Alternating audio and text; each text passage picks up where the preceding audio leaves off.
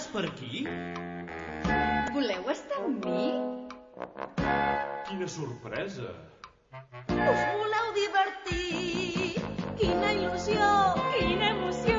Aquesta nit torna a haver-hi funció. Vam ser engendrats. Una festa per començar a celebrar 25 anys de somriures i plors. Un quart de segle de comèdia i tragèdia que es representen en aquest símbol, la màscara del teatre i el nas del clown. 25 anys d'emocions i d'il·lusions amb la participació de tot tipus de persones que omplen l'aula de teatre. El nen que encara que no faci carrera al teatre, veus que s'esforça per no suspendre cap matèria per tal de que no li treguin el teatre.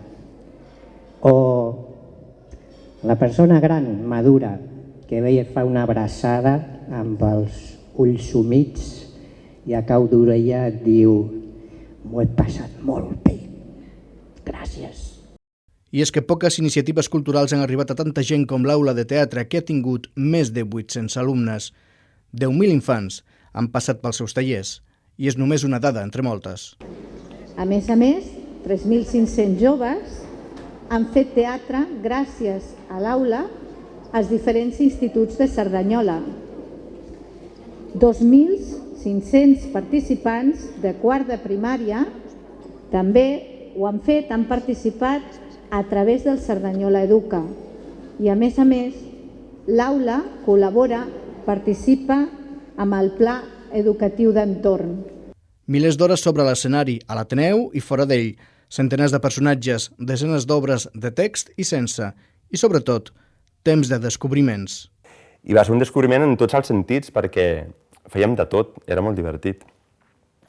I vaig veure que realment s'ho prenien seriosament, vull dir que no era una aula per fer teatre i punt, sinó que realment hi havia disciplines, hi havia veu, hi havia acrobàcia, hi havia maquillatge, hi havia moltes coses, i per mi tot això era molt desconegut.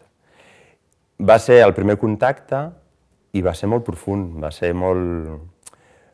va arribar molt endins, vaig descobrir molta gent, però molt valuosa dins d'aquest sector. Des del més bàsic fins donar l'empenta, si s'escau, al professionalisme, però començant per allò essencial, escoltar, treballar en equip, conèixer-se bé a un mateix.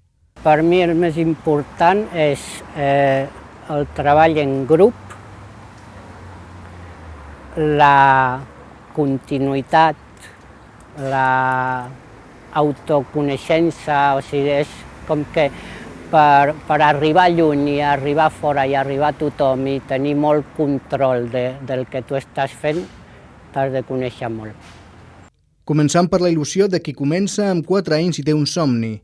A mi sempre m'ha agradat molt el teatre i mira, si tinc l'ocasió doncs sí que em faria actriu, però si no es pot ho deixo com a hobby i seguiré fent teatre tota la meva vida. Un somni, el que el més important és que es vol arribar passant-s'ho bé. Sí, m'agradava i a partir d'aquí tinc aquest objectiu, ser una actriu. És gaudir i a part pots fer d'això un ofici. I 20 anys després d'entrar per les portes de l'Ateneu, arribes a ser actriu professional valorant la humanitat apresa amb els companys i els molts recursos que vas aprenent a poc. Jo crec que sí, perquè ja des de l'infantil que comences a crear i imaginar històries, no? Després amb adults et donen molts recursos, perquè l'avantatge que hi ha aquí és que tant el Javi com el Carlos se n'ocupen de coses diferents, cadascú té unes virtuts i controla unes certes matèries i et donen molts recursos. I llavors, clar, tu després fas el teu propi recurs, no? I la teva pròpia manera de fer. Recursos que no només et serveixen sobre la fusta d'un escenari, sinó també a la vida del dia a dia. El taller de veu, per exemple, és important. A la meva feina també tinc que parlar en públic o parlar davant de gent, i el fet de treballar molt la improvisació, per exemple, aquí, que també era molt important, et serveix de molt, perquè moltes vegades dins d'un discurs o dins d'una audiència, de vegades no ho tens tot preparat i hi ha coses que s'escapen i que tu no pots controlar. I en aquell moment, en l'haver estat dalt d'un escenari o en una aula de teatre com aquesta i tenir la possibilitat d'improvisar, haver-ho fet i haver-ho practicat i havent desenvolupat eines que t'ajuden a treballar en aquell moment, a mi m'ha ajudat moltíssim. Perquè l'objectiu de l'aula de teatre no és només preparar per ser professional, ja que hi ha tot tipus d'alumnes. Aquí et pot venir l'informàtic que està estressat o el que ve recomanat pel metge directament, o sigui, a tu t'aniria bé fer teatre,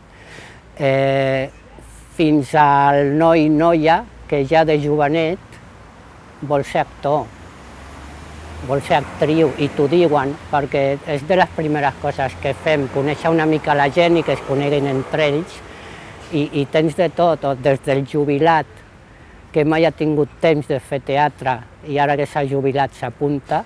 Alumnes que de vegades volen anar més enllà de la classe. L'aula ha estat llavor de moltes companyies. Han sortit moltes companyies de teatre, algunes més efímeres que d'altres, no? Però de fet hi ha companyies que porten molts anys aquí. Sí que també es nodreixen de gent de l'aula, que potser té més temps a part del que li dedica a l'aula, però jo crec que quasi totes, d'una manera o una altra, les de gent gran també, que n'hi ha dues estables de fa temps. Crec que quasi totes alguna o altra cosa tenen a veure amb l'aula de teatre també. Ara toca celebrar els 25 anys.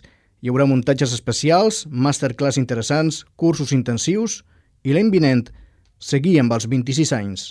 Sobretot que continuï, que no vagi mai cap avall. Això ens hem de continuar barallant una mica amb la institució, perquè no és fàcil mantenir, si a vegades tens pocs alumnes, perquè és normal que hi ha fluctuacions sempre,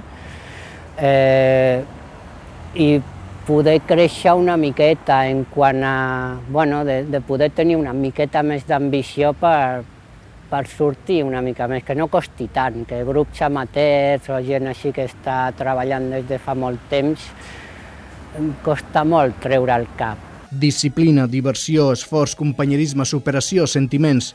És el cuc del teatre, mai et deixarà sol. Aula de l'Ateneu, que sigui enhorabona i que s'aixequi el teló.